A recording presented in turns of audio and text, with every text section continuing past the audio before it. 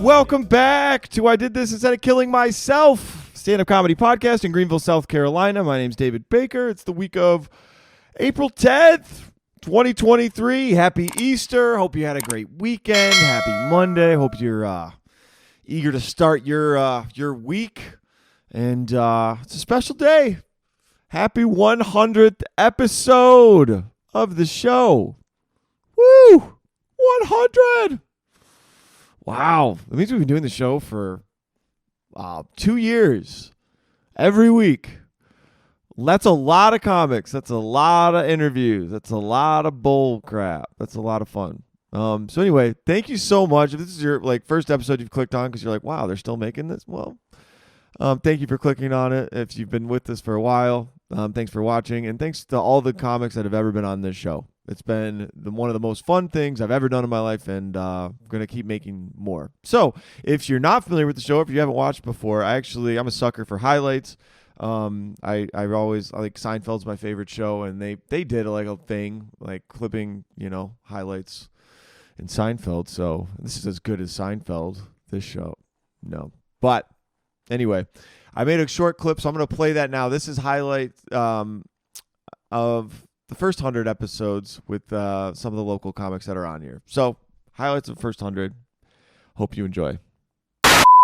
Eat the mic. Eat the mic. Sing it into your cane. Old white bald guy talk about. I am aware of the effect I have on men. Look, I forgot my jewel, man. People laugh at that? No. I don't know who would laugh at this. Last black movie you watched? You're such a child. So, my name's Chong. Why do you do this? I think we should all quit. I did this instead of killing myself. Your water's to the left. Left? Let me do it. You don't guide disabled people. We are filming, right? David, let's be clear. Close enough for a white guy. You had some good ones. You ever stolen anything? From where? Look at this is honest. Whoa. I fought two of my bosses. Oh my God. Buy my CD, Dad. It's $7. I do not want children. You want to talk about periods? Chappelle smokes on stage. Right. You're not Chappelle. Shout out to all the cougars out there. I think the question everybody wants to know is, are you seeing anyone? Would you ask any other comic this?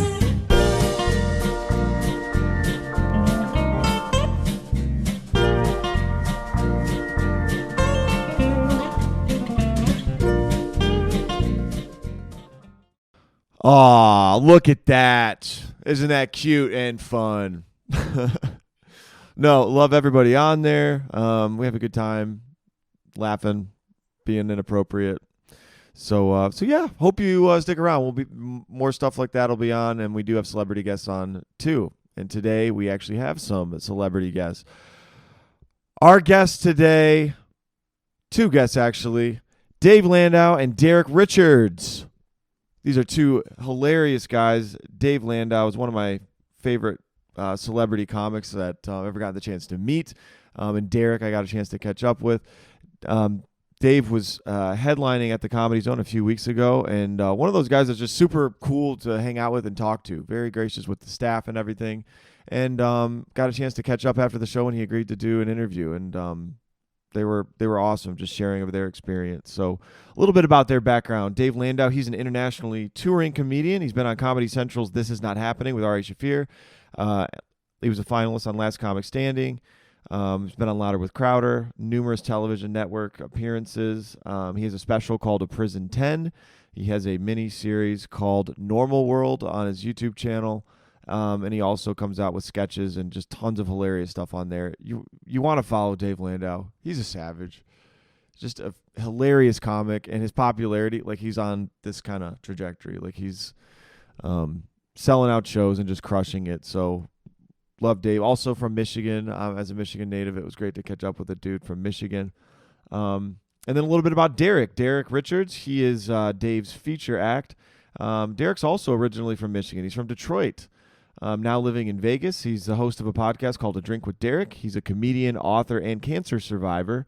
And you can hear about that in the book he wrote, Whiskey, Cancer, and Bad Decisions. Derek is awesome dude, shared of his experience as well. On this interview, we caught up on their backgrounds, how things are going with their acts. Dave had a lot of really good writing advice in there about editing and also about how you connect with an audience versus just killing. Really enjoyed it. We talked for about 40 minutes. Very laid-back interview. Really appreciate them doing the show. I think you'll enjoy it. All right, before we get to the interview, though, what's going on this week in local comedy, the week of April 10th, 2023 in the Upstate. All right, tonight, Monday, Coffee Underground, No Expectations Comedy. That's hosted by Travis Thubbin, Craig Holcomb, 7 o'clock show. Comics get there at 6. On Tuesday, we have Sharky's Pub, downtown Greenville. That's at 8 o'clock. Comics get up there a little early. Host Callie Pacifume and Amelia Nelson. Also on Tuesday, we have the Art Bar in Columbia, hosted by Patrick Fowler. That's an 8:30 show. Also on Tuesday, we have the Odd in Asheville at 9 o'clock. That's hosted by James Harrod. On Wednesday, we have Ben Jennings Presents Comedy at the Lounge. That's a 7:30 show. And this week, we have Columbia Comics, Ryan Easterbrooks, Brandon Body, Smitty, and Joel Dellinger. Also on Wednesday, we have the Radio Room hosted by Adam Schulte. That's an 8:30 show. Also on Wednesday, we have Tom Emmons Presents Swamp Rabbit Comedy Open Mic. That's at the VFW Post 9273 in Piedmont, 6:30 show. Also on Wednesday, we have the Disclaimer Open Mic in Asheville hosted by Carrie Goff. That's at 8 o'clock. Thursday, Jokes Out Loud at the Comedy Zone is back. This is an 8 o'clock show hosted by Brandon Rainwater. On Friday, we have All Jokes Aside at Habiba's Mediterranean Restaurant. That's at 9 o'clock hosted by Dante Anderson. And this weekend at the Comedy Zone, we have Gary Owen. He's got 2 shows on Friday at 7 and 9, 3 shows on Saturday at 3 p.m., 6 p.m., and 9 p.m., and 1 show on Sunday at 6 o'clock. Tickets available at greenvillecomedyzone.com. All right, that's it for local comedy. Thank you guys for listening. Thanks for sticking out through 100 episodes. Hope you guys have a great week, and I hope you enjoy my interview with Dave and Derek. Here it is. What? Could you repeat what you said? I said 95.1. 95.1. The groove. The groove. You listen to the honk. Oh, that was the joke. Honk at a funeral by yesterday. Honk at a funeral? Yeah, the utter amount. If you have this complete disrespect for somebody, just drive by the funeral and give a little beep. Just one beep. Like if you knew them but didn't really like them. Like, yeah, I was there. Did you go in? I drove by and honked. Ooh, I've never heard that one. No, I just threw it up on stage last night. I like that. I think it's a good thing to do. You just honk once. Be like, yeah, I acknowledge their passing. Yeah. And get out of the car. You like poking fun at death. I do. The crowd work at the end of the show was probably my favorite part of last night. Oh, thank you. Do you often run into couples where the spouse has died and No. able to... That was just luck. No, I dug out of the hole by mentioning the hole that was dug for the man's wife. Yes. I couldn't see his face. I was in the back. He was a good sport about it, huh? Yo, dude, he was great. I wouldn't have done it if he looked like he was pissed. Right. But he shared the information, I think, because I already shared so much about what had happened to me. Yeah. That he felt comfortable enough where I was able to make fun of it. Yeah. Exactly. Yeah, I hope. Right. Or he got in the car and was like, that man made fun of my deceased Karen for at least 10 minutes straight. Oh, God. I miss her. He seemed... I don't make it sound like Red from Shawshank. Because it's fun to say it like that. I miss her every day. Every day. I wanted her to meet me. The sisters raped my wife to death. They said she put up a fight. It wasn't a good day for my wife. So, guys, this is Dave Landau, Derek Richards. Hilarious guys. You're already getting a taste of how dark and savage Dave is. Thanks for doing the show, guys. No, appreciate you having us, man. Yeah, I'll like intro y'all before and everything, but Dave's been on Comedy Central, Last Comic Standing, Crowder, bunch of stuff, and Derek, Vegas guy. You have a book out. Mm-hmm. Oh, actually, yeah, Dave. Before you have a special out, Prison 10. Yes, so prison10.com, and you can do 10 or TEN. Both links should work, but if it doesn't work, go to the other link. That link will work. Okay, and you have a podcast too. A podcast called A Drink with Derek. Dave's been on there a couple of times. Special on Amazon Prime with a group called the Irish Comedy Tour. Hell yeah! A show that we just got off the road. We were out for a month and had a blast. Very So cool. yeah, it was a great drunken time. Okay. So you got a couple Irish guys with you. Yeah, we got two musicians and two comedians. Myself and Mike Malone are the comedians, and our two musicians are Derek Keane, who's a singer, guitar player from Dublin, Ireland. And then we have a fiddle player that had played with Derek in a number of bands. He's actually from Nova Scotia. Okay. And he's a world-class fiddle player, and so it's just a fun. Okay. It's like St. Patrick's Day on stage. If you Okay. could take So you the got best music of St. involved with Patrick's the Day. comedy act.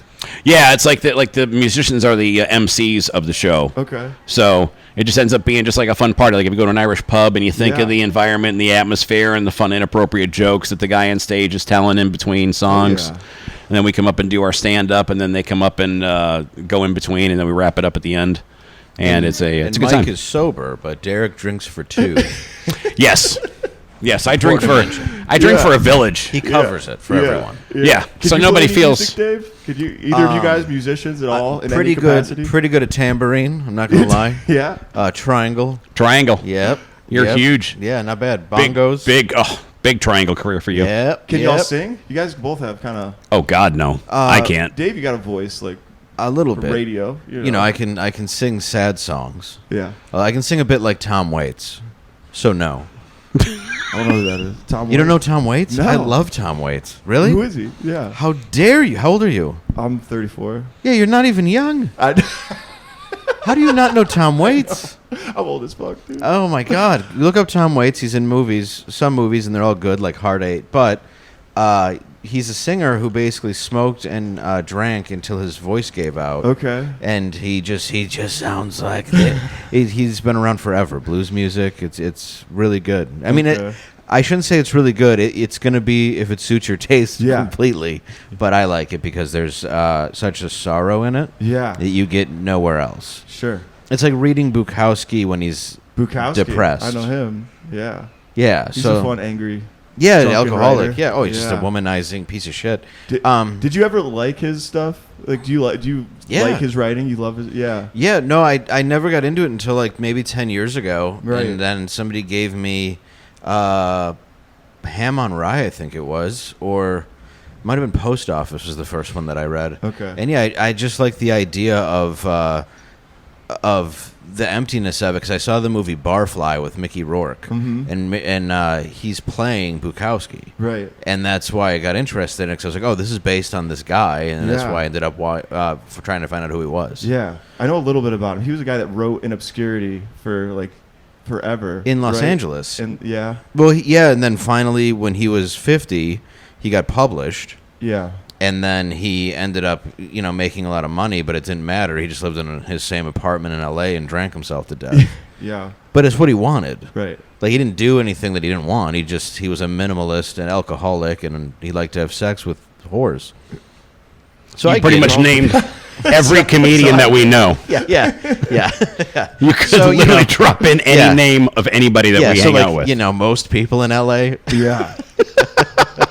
Yeah. Anyway, I don't know why I went on that tangent, No, but it's cool. So you're sober. How many years sober are you, Dave? Well, 27 to. well, I'm going on 15, but I did relapse a couple times. And Did you? Yeah, Derek saw one of them. It's just not.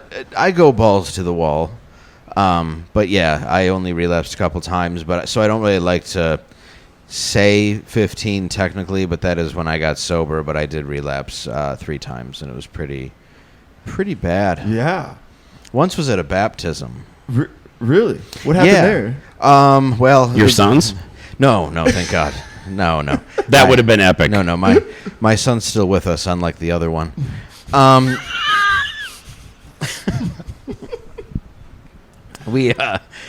What really happened was it was my niece's baptism, and I was left alone in the garage with a keg.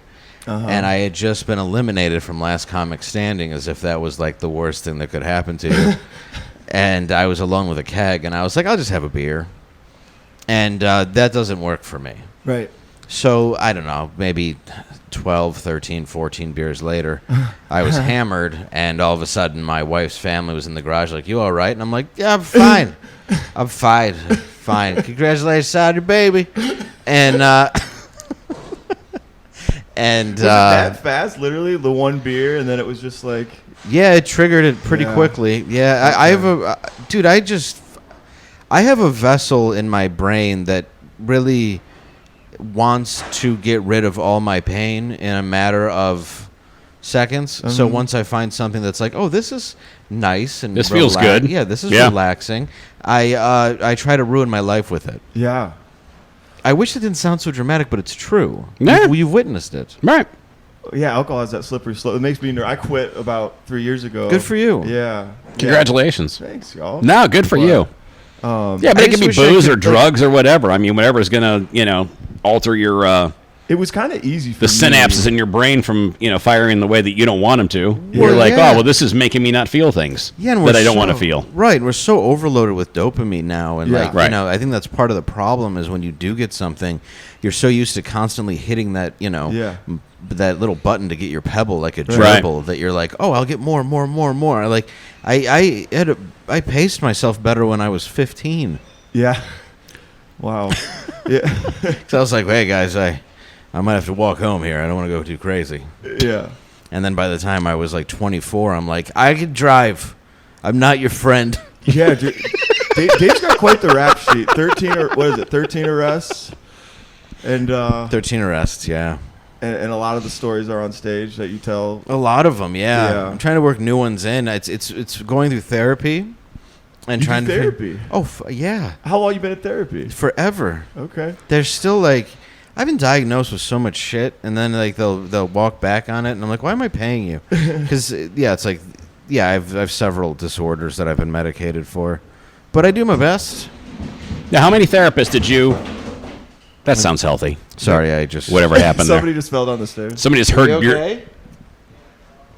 Somebody Sorry, heard. Somebody heard your story I just and said, "What the fuck?" it and was then took a header down the stairs. me in 2001 found a time machine. That was. Welcome to the comedy room. Now, how many therapists did you go through before you found somebody that you like? Because I was seeing, and I only say it because I had, I think anybody should you go do through. that? Yeah, I did because I mean I was adopted. I was 6 weeks old, and I was adopted. They So didn't that's even kinda- have to tell them. Yeah. Yeah, I know. I just figured it out. You knew that you were adopted? I knew as early as I can remember. Well, I his mean, parents are black. yes, exactly. My father Reggie and my mom Shaniqua. He sat him down when he was 23. They sat me down when I was 23 and in 7th grade, and said you were adopted.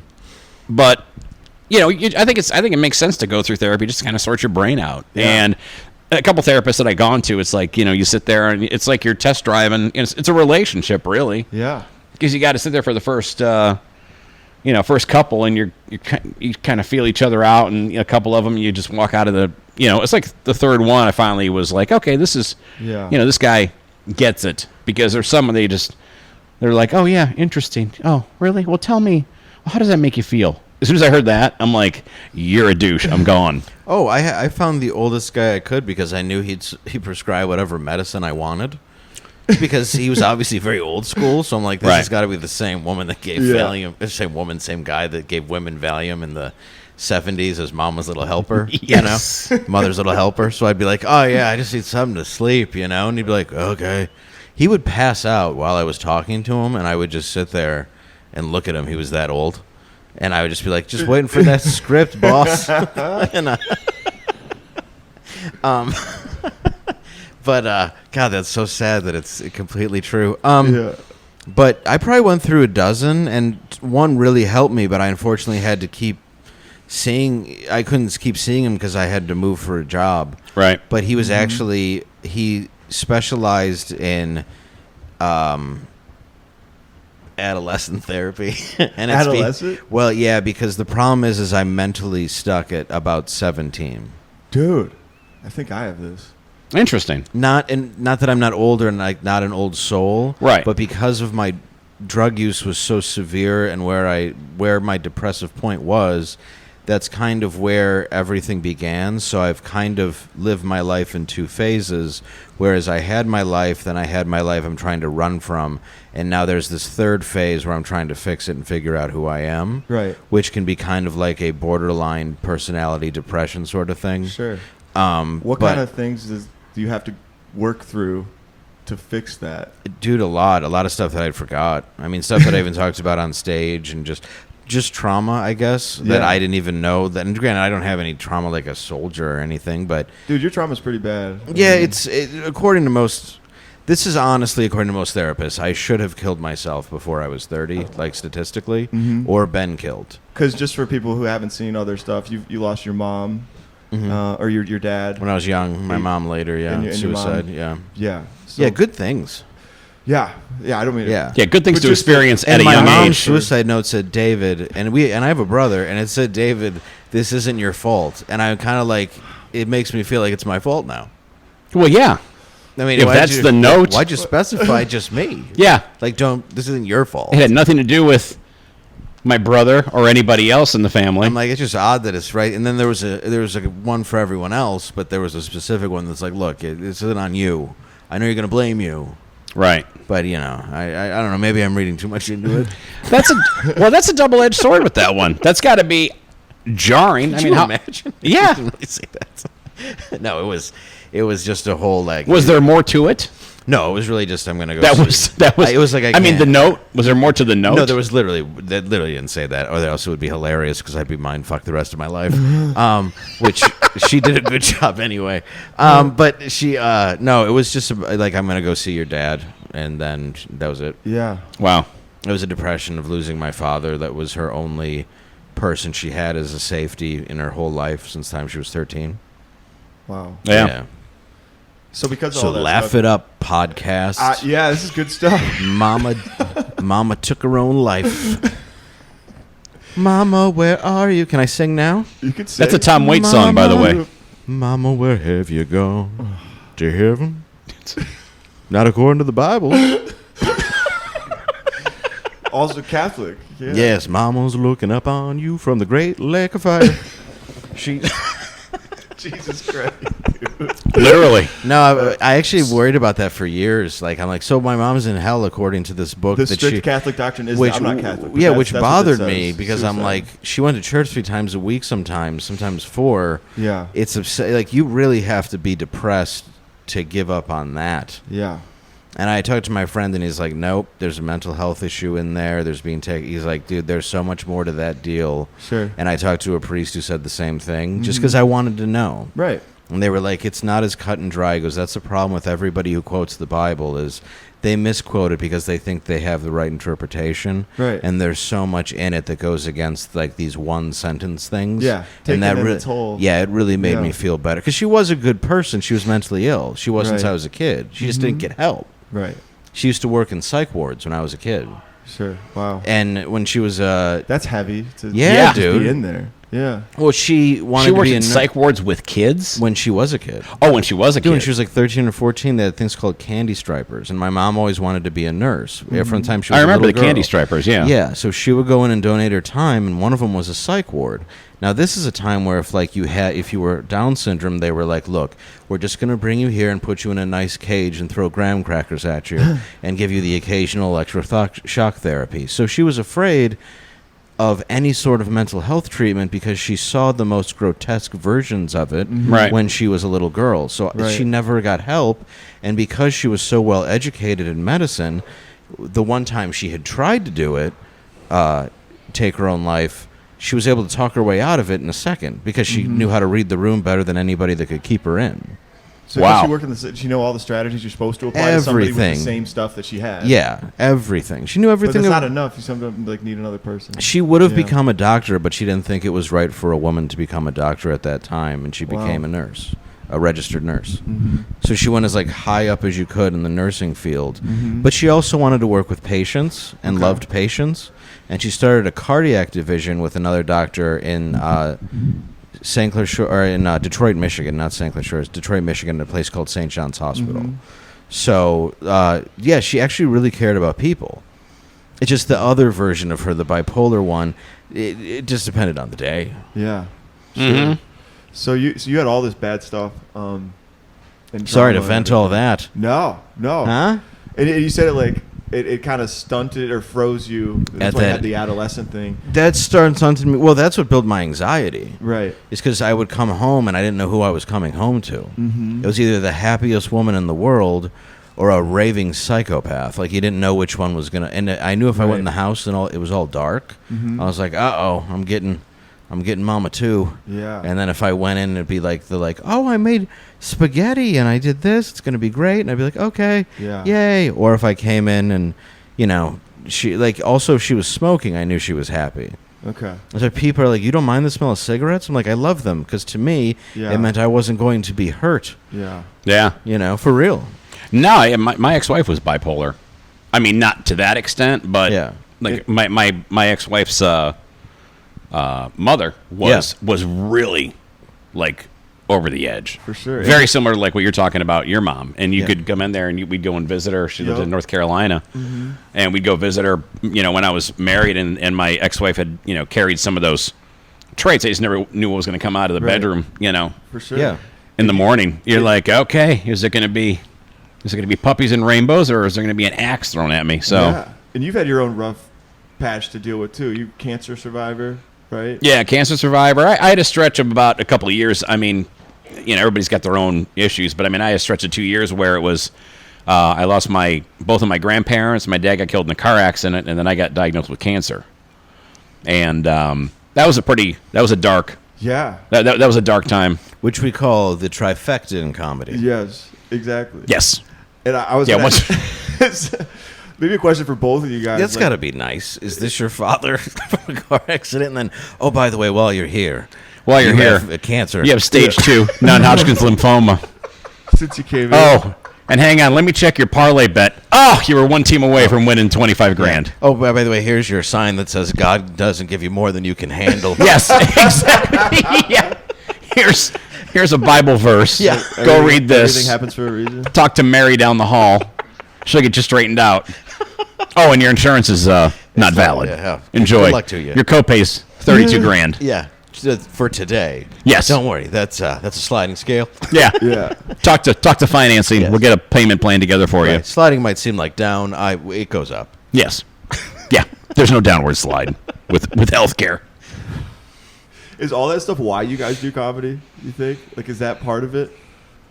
I did comedy, honestly, because I woke up. My dad would wake me up to watch SNL, and I loved comedy. I loved Kids in the Hall when I was a kid because we were in Detroit, so we boarded Windsor, and I would watch the new episodes of Kids in the Hall. I always loved it. I always loved sketch comedy, so I joined Second City right out of high school. Yeah. So, no, it wasn't a trauma thing. It was just I really always enjoyed comedy, and my parents were hugely supportive of that. Like, my dad knew I wanted to go to Second City, and I'm sad he never got to see me perform, but he knew I wanted to go to Second City, and he knew I was starting... I was applying to do classes and stuff, and it was like right before he passed, and he said, "I'm very proud of you." And that was the first time he had said that, believe me, in a long time. And after 12 arrests, but I had always wanted to do that. So, like, really the idea of, like, okay, so is it the sadness that people say makes the comic the kind of cliche? I would say no. Yeah. Actually, the joy from my childhood is why I became a comedian. Yeah. I think the darkness in my comedy is just because that's what I find funny. And also the subject matter you have to talk about, right? Yeah, I mean, it's what's true to you. Yeah, and it's hard for me to not... How do I look at an angle if I'm... Look, I'm cynical. Yeah. And I'm dark. Yeah. But Derek can tell you this. I'm a good friend. I'm a good person. I try to do my best, but I'm also a colossal fuck up. Yeah. So I have to look at everything from that angle to be honest on stage. So to get the best laugh, that's just who I am. For sure. What about you, Derek? Well, I mean, I was in radio before I did this, and I got fired from my last full-time radio gig in Michigan. I was on the air, and got fired from my last full-time radio gig, and I'm like, all right, what do I want to do now? And this is back in 1993, and I'd always been a fan of comedy. I didn't... it wasn't like I had grown up listening to Carlin albums or something like that. But I mean, I'd always been a fan of Sam Kinison, Eddie Murphy, Carlin, of course. Bill Cosby before all the rapey shit. Yeah, he was great. Look, he was great. He was a great performer. Yeah, Listen, no doubt about it. You can't.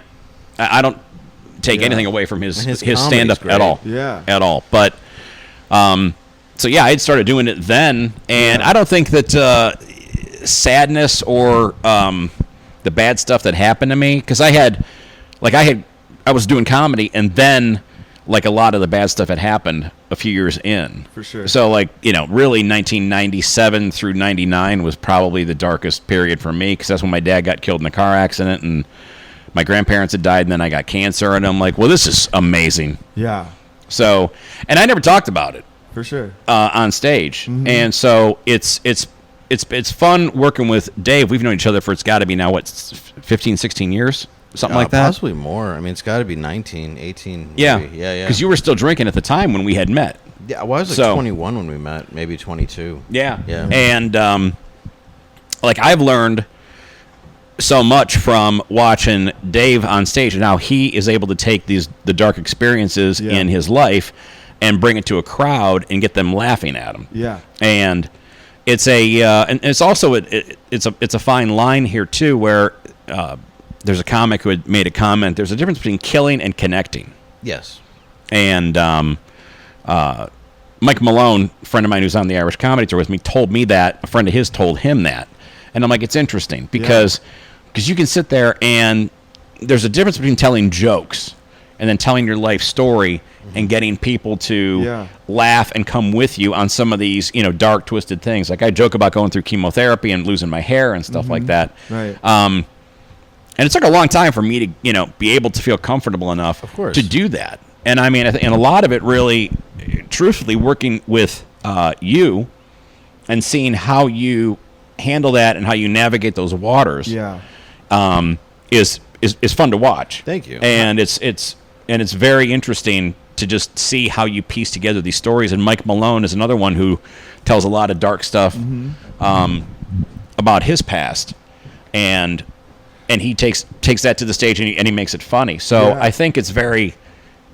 cathartic and healing to be able to bring that out on stage, and people feel like they get to know you better. For sure. When you walk off stage, it's like, what do people know about you?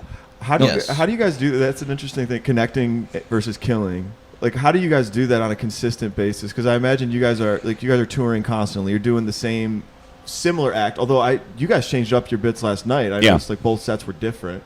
But like, how do you connect consistently when you're performing so much, you're on the road so much, and in the moment versus it just being another show and doing an hour? Little things like looking at the room and little things like eye contact, but the truth is I don't know if fearlessness is a real thing, but what I loved about Patrice O'Neill was he did say something where he said, you learn how to kill and then you learn how to do comedy. So you first learn how to crush a room to where you get confident.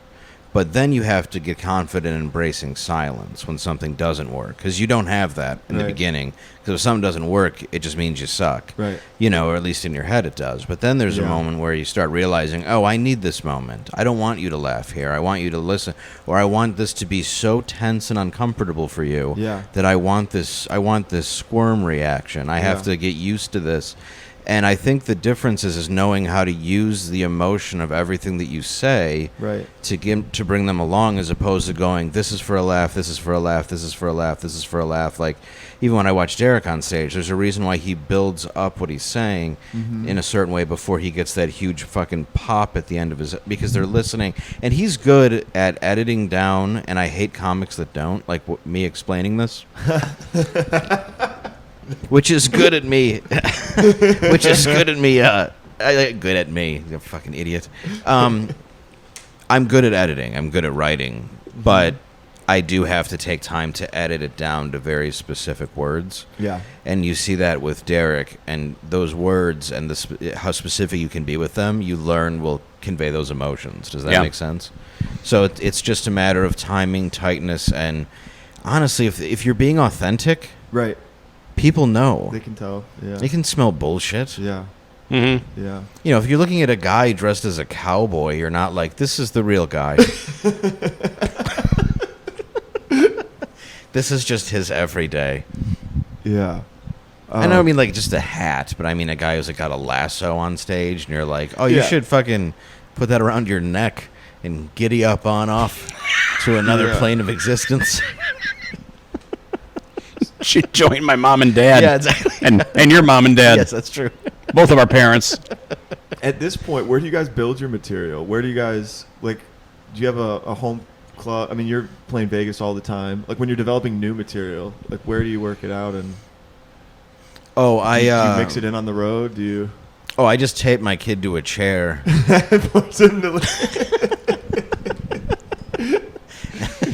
Is that before the clown shows up or afterwards? Oh, that's after. Got it. It's a scary clown, so my comedy is relieving. Mm-hmm. It's like the clown from It. Yes, yeah. It's he actually goes by John Wayne Spacey, so there's a whole lot of things that happen there. No, I go to I work it into shows everywhere. Okay. Because I know if it's going to work, I got to see where it's going to fit. Yeah. Because that's the difference, I think, between being in LA and New York, where you throw out an hour and you do it again. Mm-hmm. Mine is figuring out what piece I want to remove and what piece I want to put in, and having other jokes. Because if you're on the road all the time on weekends, you kind of have to have something. Right. So it's like I always want to say, like, oh, I'll take this out and try this. I'll do this and try this, and I'll try new stuff. Yeah. Every week I have something new, and that's just kind of how I do it. Or like I will go up, but I used to do open mics 10 straight years, every Monday and Tuesday, and do improv those nights after the open mics, and then I would do Thursdays at another club for a decade. Yeah. So it's like I would do that all the time, but now I just don't have the time to hit every mic that I possibly could. Yeah. So that's the way that I have to do it. Plus, I know my voice a lot better than I used to. Like, I know if something's not gonna. Yeah. I know if something's a piece of shit. Yeah. And I know if something's really good, it's not gonna fucking work. Yeah. Because that's just how it. Where you're like, this is gonna crush. And then it does. Nothing ever. It's just the rule. And of some thumb. dumb throwaway line just brings the house down. You're like, okay, I know nothing about this business. Yeah. I think I do, but I don't. No. Okay. No, I mean, I'm the same way. Like, I work out stuff on the road and in shows all the time because I think open mics, unless you're in front of like a true comedy club audience, it's tough to gauge how good a bit is because it's hard because a lot of times open mics are, if there's 15 comics going up, there's like literally 3 drunks that are there, and then another 15 comics in the back of the room. I'm like, and if I'm making those people laugh in the back of the room, as a rule, I'm going, I don't know if that's going to work with a regular audience. I mean, I need to do that in front of an actual crowd that is there to see a show, not just that they happen to walk in on an open mic. And that's what's so cool about doing shows with Dave is his audiences. I love his audiences. Yeah. And my comedy resonates with them, and I connect so well with his fan base. And so I feel much more comfortable, even in shows like this, easily trying to sandwich something new in between. I know this joke works. Let me try and slide this in here and see how it measures against these other two. Yep.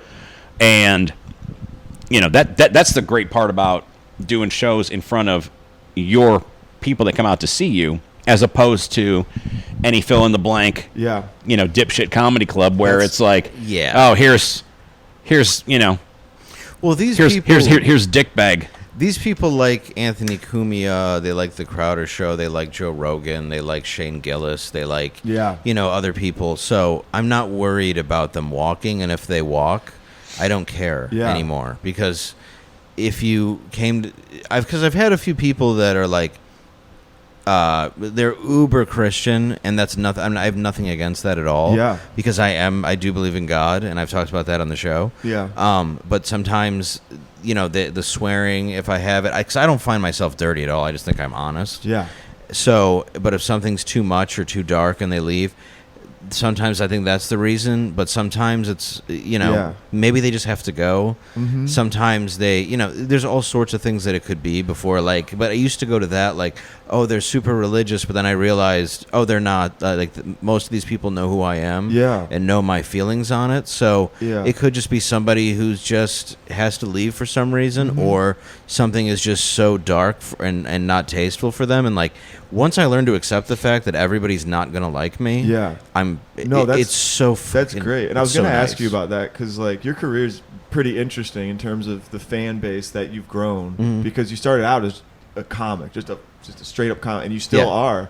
But when you went on Crowder, you have now you have a political audience and a conservative Christian audience, or like it opens up this whole. So the people that come to the shows right now, but they could be coming from multiple places, but your act isn't political. No, neither of yours really. No, and I like that you haven't changed it. It's like and real Christians are forgiving and they want to hear a story of redemption, and real ones are like. To think they don't have a sense of humor is unbelievably stupid to me. So it's like you do get a lot of people out that are like that. So it's like I think it's a cool thing to bring out people that, a large part of like 12-step programs is finding a power greater than you. Yeah. So, to me, you'll hear stuff, like you shouldn't swear because the Bible, and it's like, yeah, but do you know what swear words existed then? Like it's not now. Yeah. Like you couldn't say fuck 2000. It didn't exist. Do you think there were other swear words in the Bible that weren't? Well, no, there's Bible times, but if you look, but they're not like what this Yeah. is. They're referring very specifically to Right, like no, I know. like a name in vain or whatever words there were. Exactly. They're not talking about motherfucker. Right. It's, Right. I'm sure when God first heard Richard Pryor go motherfucker, he was probably like, Yeah. he's probably, that's why I made him. You know what I mean? Like Yeah. to think that God is also this humorless, stoic being who's just looking like, all right, that's enough now. Yeah. Well, why'd you give me a brain? Yeah. Yeah. Why am I using it to do this? Why am I? And when I get messages from people saying, and it's stupid to me because it's like, I can't believe I changed your life. I'm lucky I can put my shoes on. But when somebody's like, you said this on the show and I've been sober for this long and this is happening for me. It's one word you said. That means the world to me because doesn't that feel like that's what comedy and something greater can be about? Is you're almost like whatever that person was at that moment, something hit them and they felt better. It's like Bill Murray has a great story about seeing a painting. Bill Murray was going to go commit suicide and he was walking over to the Chicago Bridge and he wasn't very good at improv and acting, and he walked into an art museum and there was a painting of a woman just working in a field. And he thought, that woman's got nothing going for her and she's still living another day. I guess I can give it a shot. Yeah. And if he hadn't walked by that painting, he'd be dead. And it's like, there's just little moments in life where something reaches you. Yeah. So if I was able to be that moment to somebody, that's so much bigger than my comedy's even intended to be. Right. That it's an exciting thing. Yeah. So if the word fuck was in it, Yeah. who gives a shit? Yeah. Yeah, exactly.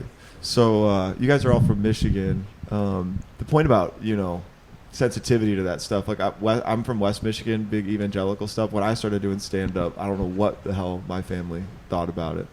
But there is that kind of like sensitivity to like what you're saying versus, but I always had that conflict, like God's got to be funny, like if humans enjoy it and there's like a purity to it, like what does it matter if there's, Well, and everybody's wired differently. I mean, certain things set certain people off. And if somebody walks out in a show, and we joke about this with everybody now, you now have more accessibility as a consumer for entertainment.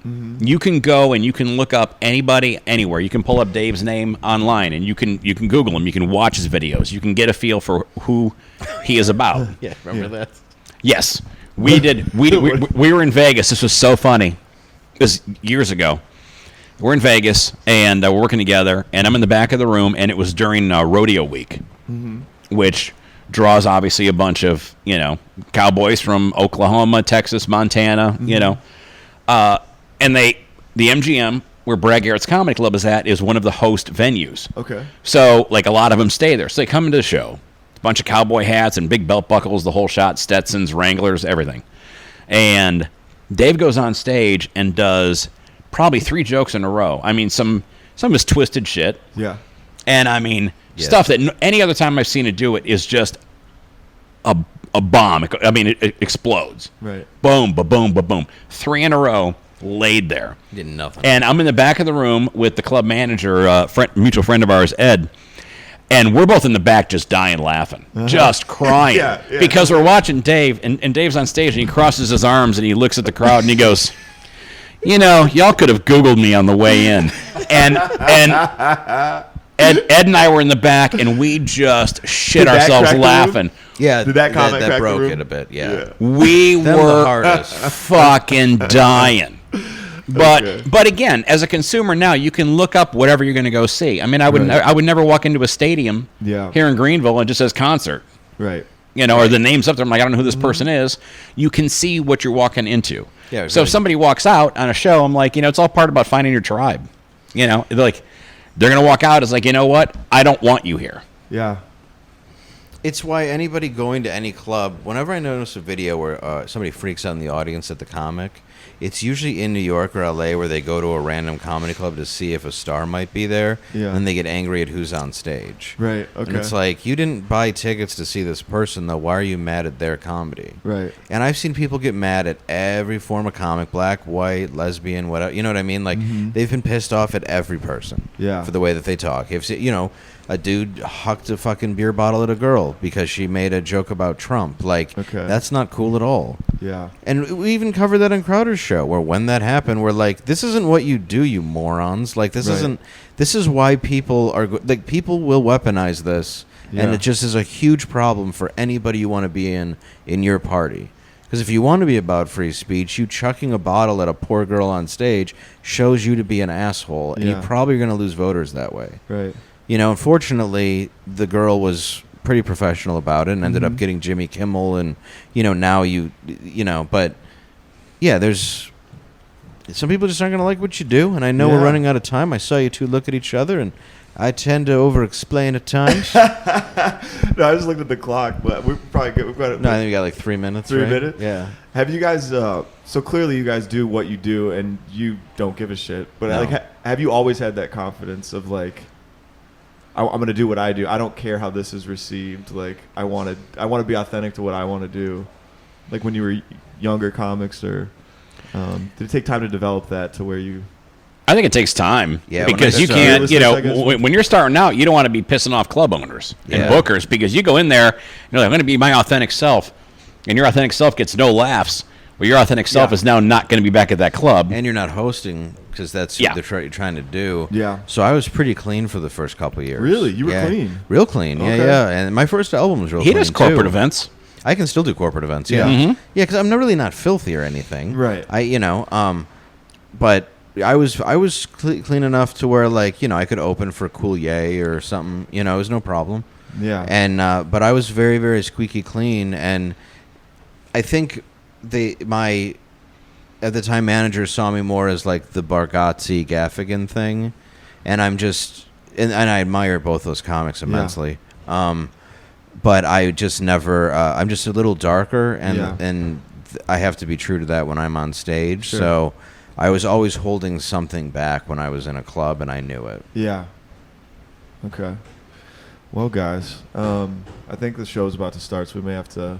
But anything else you guys want to shout out real quick? Special.